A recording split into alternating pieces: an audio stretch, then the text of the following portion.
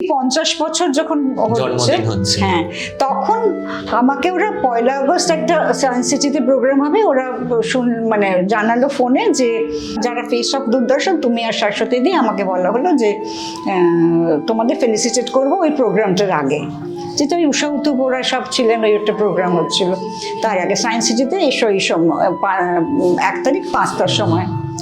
তো আমি তো তার আগে একটা প্রোগ্রাম অলরেডি নিয়েছি। আমি বললাম দেখ, আমি তো ওদের আগে কথা দিয়েছি, আমি কথার খেলাপ করি না, করবও না। তার আগেও একটা প্রোগ্রামে ডেকেছিল, এই হয়তো এই 50 বছর উপলক্ষে একটা কুইজ প্রোগ্রাম হচ্ছিল, তাতে দর্শকের মধ্যে আমাদের ডেকেছিল, আমাকে আর শাশ্বতীকে।